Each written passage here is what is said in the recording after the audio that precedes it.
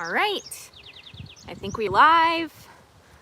Hopefully this one works and it's not like the last one where I was a robot and pixelated, and hopefully this is good to go.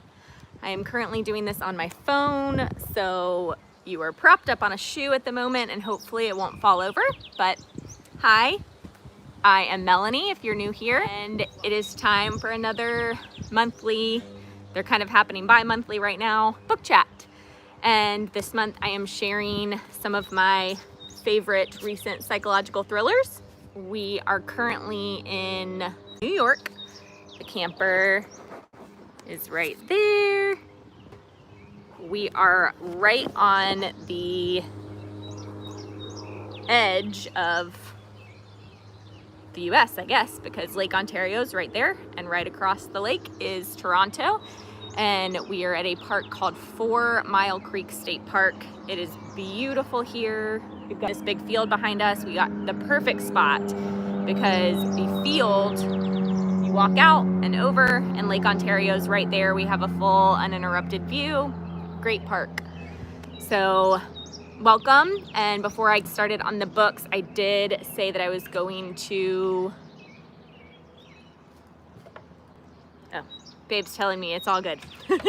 And you can hear me without the earphones. So before I get started on the books, I did throw out a Ask Us Anything about either road life or books. And so I'm going to answer those questions first, and then we'll get started. I also got a question about what's on my to be read list that I really want to get to. And my top title is 4 Winds by Kristen Hanna. She is one of my favorite authors. I love her, and when I saw the new book coming out, I knew I wanted to read it, and I hope to get to do that soon. I've heard the narration is really, really good, so I actually may listen to that one, even though typically I like to read hers, but we'll see. I've heard the narration's great. I just know I'm going to have to be in the right headspace for that one because I've heard it's pretty hard, as a lot of her books can be. The Nightingale wrecked me, and so I just have to make sure I'm in the right headspace before I jump into that title. But now to the meat of why we are here, book chat. So I'm doing these once a month. Most of our content is really RV related, but I just love reading and I love sharing books with everyone. And so I figured I would share some of my recent reads with you, and figured I'd kind of group them into a category this time because last time just went, we were all over the place. So psychological thrillers, and really these have been my recent reads back to back, have kind of been psychological thrillers. I did these 2 back to back, as well as listened to a book called The Escape Room. It is on Hoopla, so it's free to listen to if you have a Hoopla account, or if you don't have a Hoopla account, but you have a library card, get a Hoopla account because it's free. You've got so many titles, and it's not like Libby or Overdrive where the title has to be available. They actually have, as long as the title is on Hoopla, it's available to listen to. You don't have to wait for someone to return it for you to be able to listen to it. So we will start with The Silent Patient though, because this one is one I read a while ago, but I figured I would share this because it is my favorite most recent psychological thriller read. So The Silent Patient is by Michaelides. I hope I said that right, but it is really, really good. It takes a lot for me to be completely thrown by a book. And if I am thrown, it's usually for a pretty not great reason. Like they've gone like completely off the rail. And for me, the book is just ended terribly. And I feel like I wasted my hours of reading. But that's just my own personal vendetta with books that take a complete, like not even left turn, but I don't know what they do. But The Silent Patient did not do that. However, there were things that I actually didn't guess. I did guess, I guess the biggest point, or at least had a suspicion, but there was things that I did not guess, and it was done really well because I was like, oh, yep. And it didn't make me wish I hadn't read it. It was actually a really, really good book. A lot of different things that you just think on while you're reading. But let me read you the synopsis.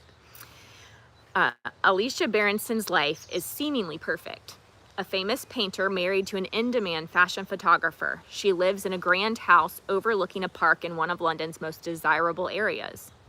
One evening, her husband Gabriel returns home late from work, and Alicia shoots him 5 times in the face and then never speaks another word.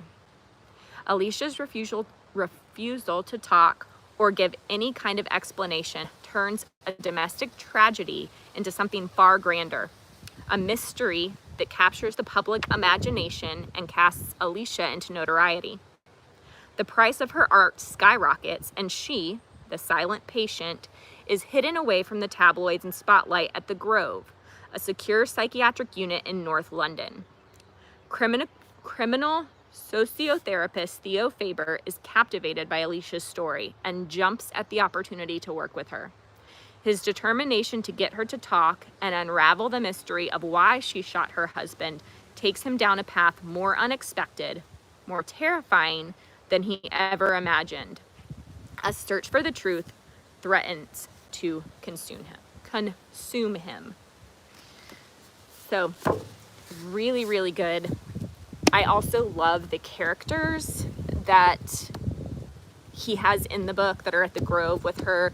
The character of the husband, the way it goes back and it's showing the past and the current situation where they're at. It's just really good, really just thought out plot lines.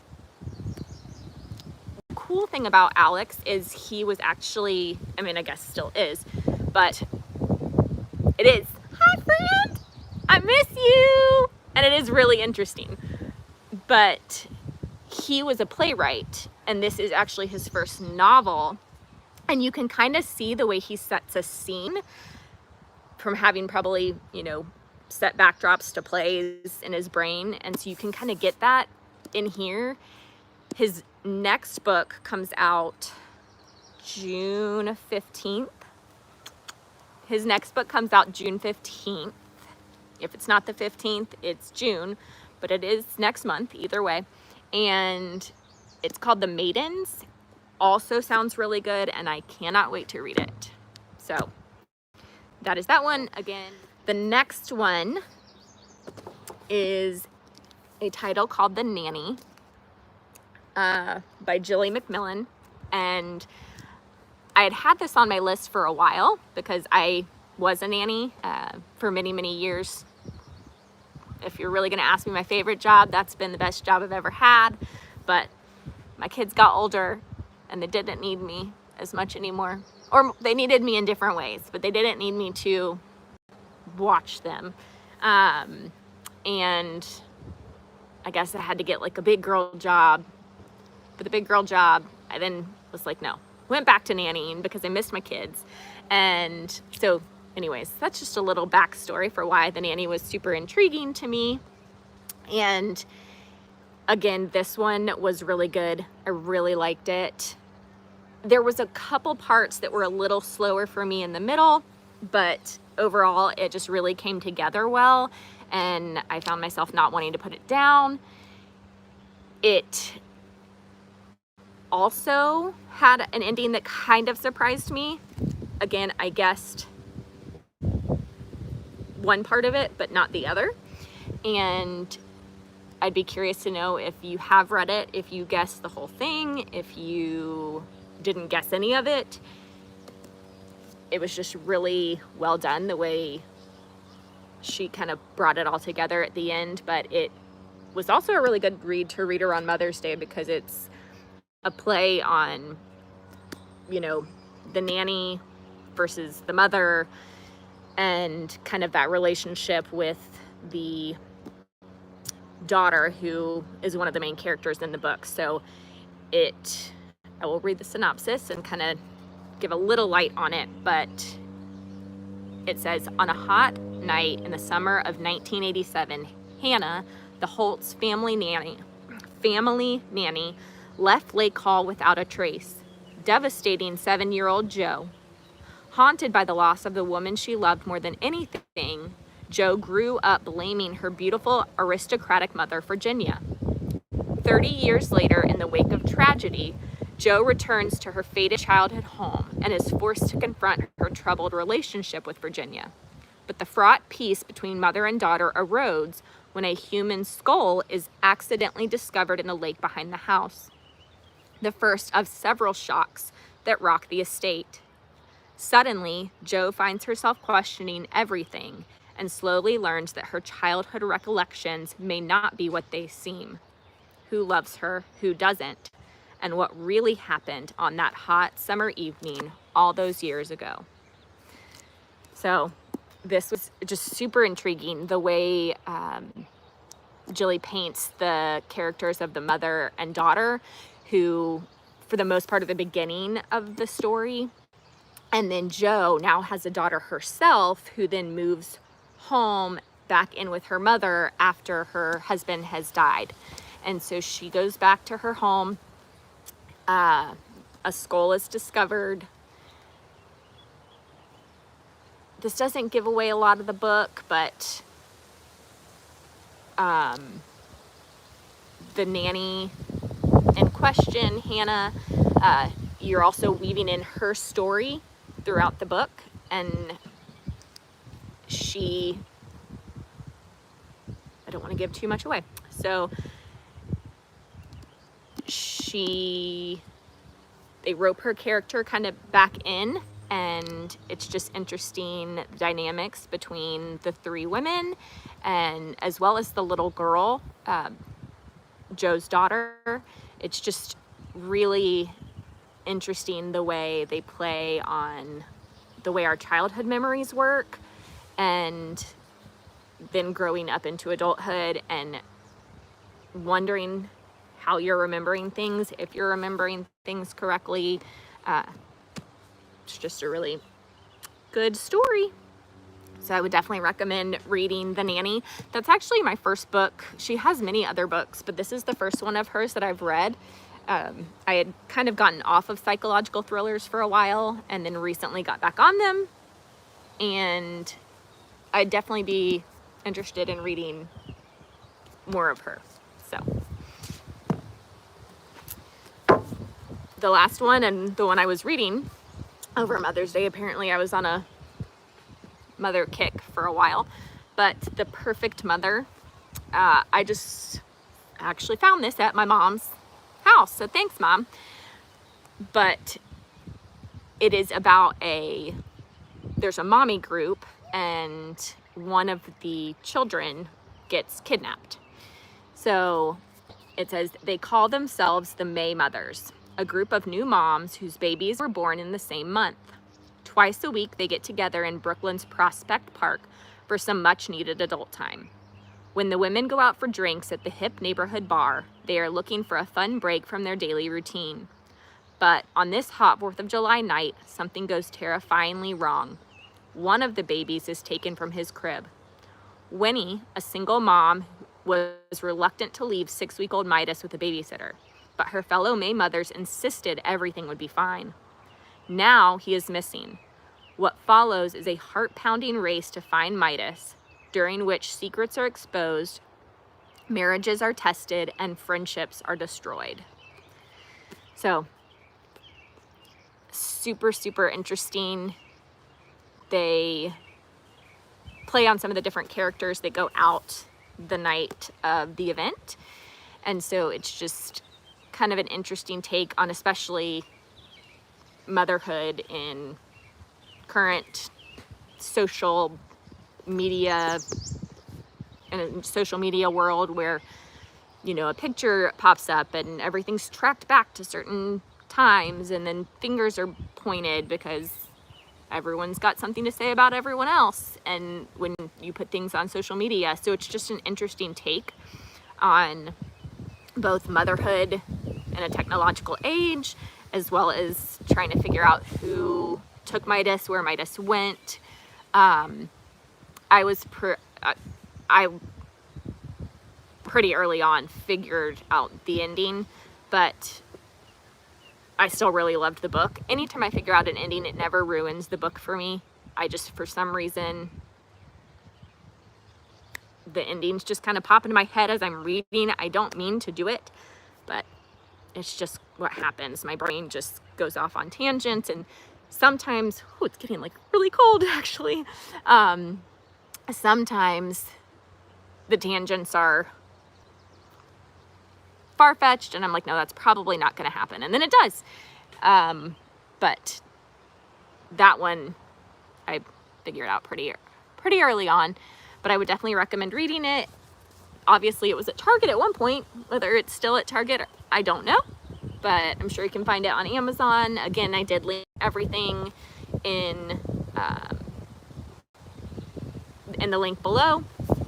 So that one was really good, and I would definitely recommend it if you're similar to, if you've ever read Lisa Jewell. I feel like this was kind of a similar writing style to her, and I like Lisa Jewell books, so definitely recommend that if you like Lisa Jewell as well.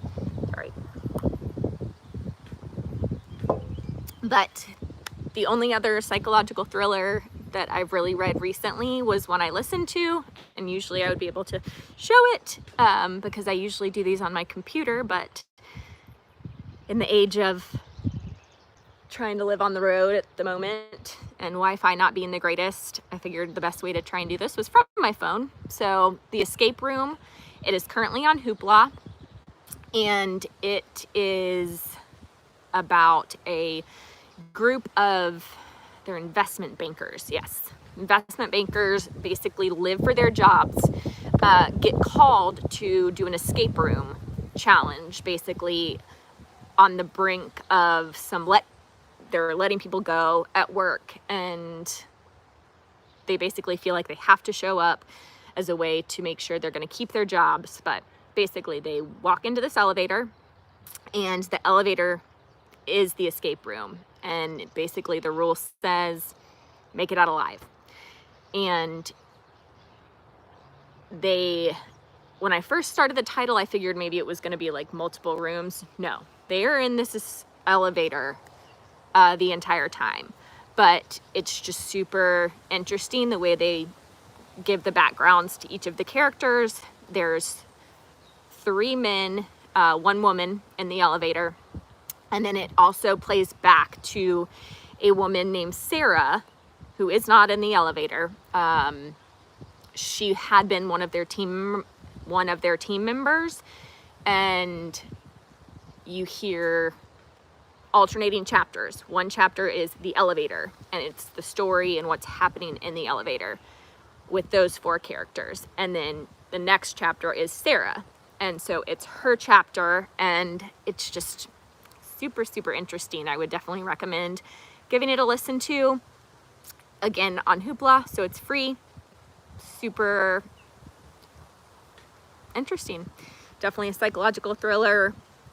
Also one I figured the ending out pretty early on, but the reasoning behind things or where it was not something I figured out right away. So it would be definitely an interesting one if you like psychological thrillers. And then before I close, usually this is my third one of 3 quote books I have. And usually I don't get a lot of quotes out of psychological thriller reads, but I got a few with these, and I figured I'd share some of those quotes because I really like quotes. And so if you like them as well, here you go. This one is from the Nanny, and it says, "It's those small, relaxed, domestic moments where nobody asks anything of anybody except that they are loved." And I just really liked that. I feel like that's so fitting, especially in a time where everyone's going a mile a minute and life's crazy, to just know that there's those small moments where you know everything's just peaceful and you're home with the people you love. That was a good one. The escape room was, she looked like someone who'd endured great tragedy but never succumbed to it. So take that one as you will. And those were the only two I got. I know I thought I had some from the silent patient, but I couldn't find them. And I'm pretty sure they were really far back in my phone somewhere. And I was not gonna go looking for them because I have way too many things in my phone right now. So that's it for today. Those are my recent reads, and I hope you enjoyed them. If you have any questions, feel free to ask. But otherwise, I hope everybody has a great day, and I will see you next time. Bye, guys.